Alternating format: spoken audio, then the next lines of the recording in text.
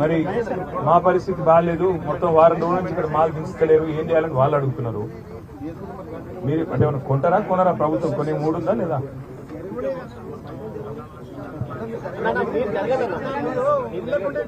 $14 లక్షల దాకా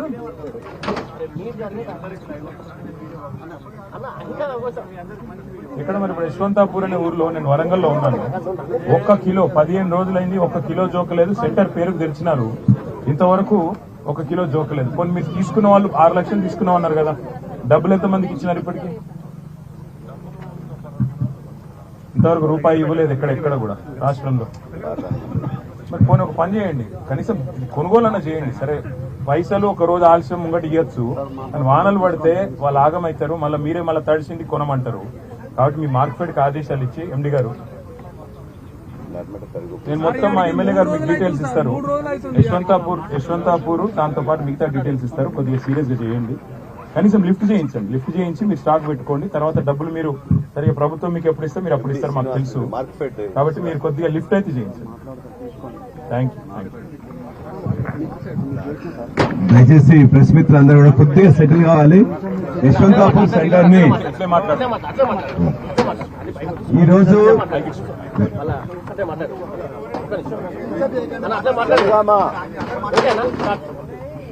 జనగామ యశ్వంతాపూర్ లో మొక్కజొన్న కేంద్రం కావాలని చెప్పేసి అడిగి నెల రోజులు వెంటబడితే ఇక్కడ కేంద్రం ఓపెన్ చేసింది. కానీ కేంద్రము ఓపెన్ చేసినప్పటి నుండి ఇప్పటిదాకా ఈ రైతులందరూ కూడా ఇక్కడ వాళ్ళే.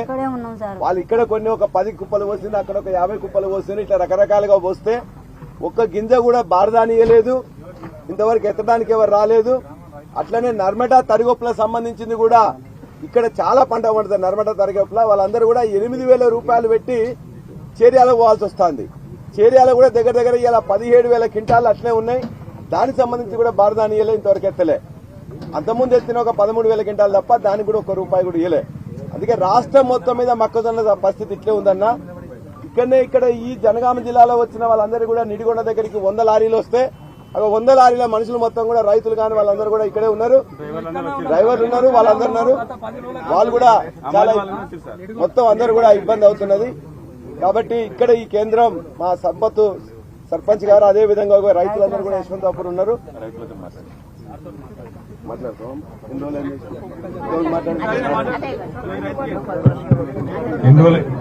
ఏం పేరు? ఏం పేరు మీ పేరు? ఉపేంద్రమ్మ. ఎన్ని ఎకరాలు ఉంది పొలం?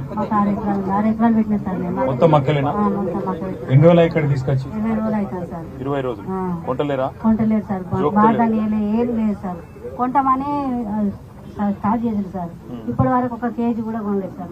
తీసుకొచ్చి 15 రోజులైంది, ఇంతవరకు 1 కిలో కొనలేదు. బారదాన్ని కూడా ఇవ్వలేదు సార్. కనీసం గన్ని బ్యాగ్స్ కూడా ఇవ్వలేదు, సంచులు కూడా ఇస్తలేదు. ఒకరి మీ పేరమ్మా? మీకెంత పొలం ఉంది? 3 ఎకరాలు మొత్తం మక్కలేనా? 2 రోజులు తెచ్చి మీరు మేము కాంట జోకేందుకు వచ్చినాం సార్. ఇక్కడ మేము వాళ్ళ లీడర్. ఎన్ని రోజులు? 15 రోజులు అవుతుంది సార్. 15 రోజులు. మేము అందరు ఐకేపీ అయితే 15 రోజులు మేము అందరినీ కలెక్టర్ దగ్గర కూడా పోయి వచ్చినాం సార్. కలెక్టర్ అంటూ అమ్మ చూద్దాం, 10 రోజులు టైం ఉంది, 10 రోజులు టైం ఇస్తున్నాం, తర్వాత చెప్తాం సార్. మీ పైకి పంపించినాము, వాళ్ళతో మాట్లాడినాక చెప్తామంటున్నాం. 10 రోజుల వరకు వర్షాలు పడితే ఇబ్బంది పడుతుంది కదా అని రైతులందరూ అంటున్నారు సార్.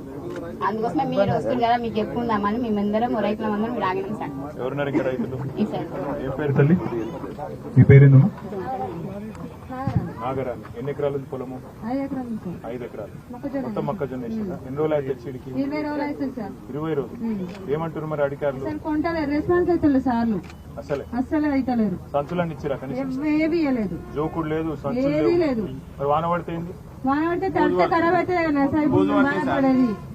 దేవుని మొక్కలు తప్ప వేరే లాభం. మరి ఎవరు సార్ రెస్పాన్స్ అవుతలేరు. ఏబిఎం సార్ అయితే లేడు, సిసి సార్ అయితే లేడు.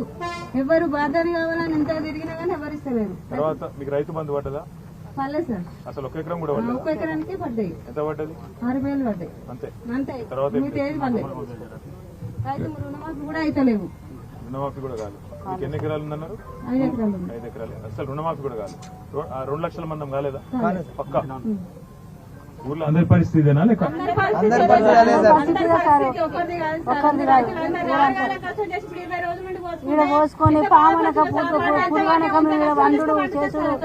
యశ్వంతపురమేనా? అంటే ఊర్లో అంతా ఎక్కువ మొక్కజొన్న వేసి చాలా మంది వేసినాం సార్. ఇది పరిస్థితి.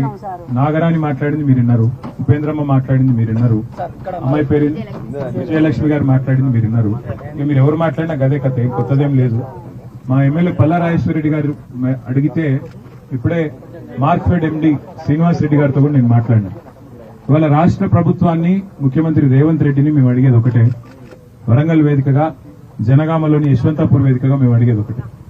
రాష్ట్రంలో దగ్గర దగ్గర 14 లక్షల ఎకరాల్లో మొక్కజొన్న పండించింది.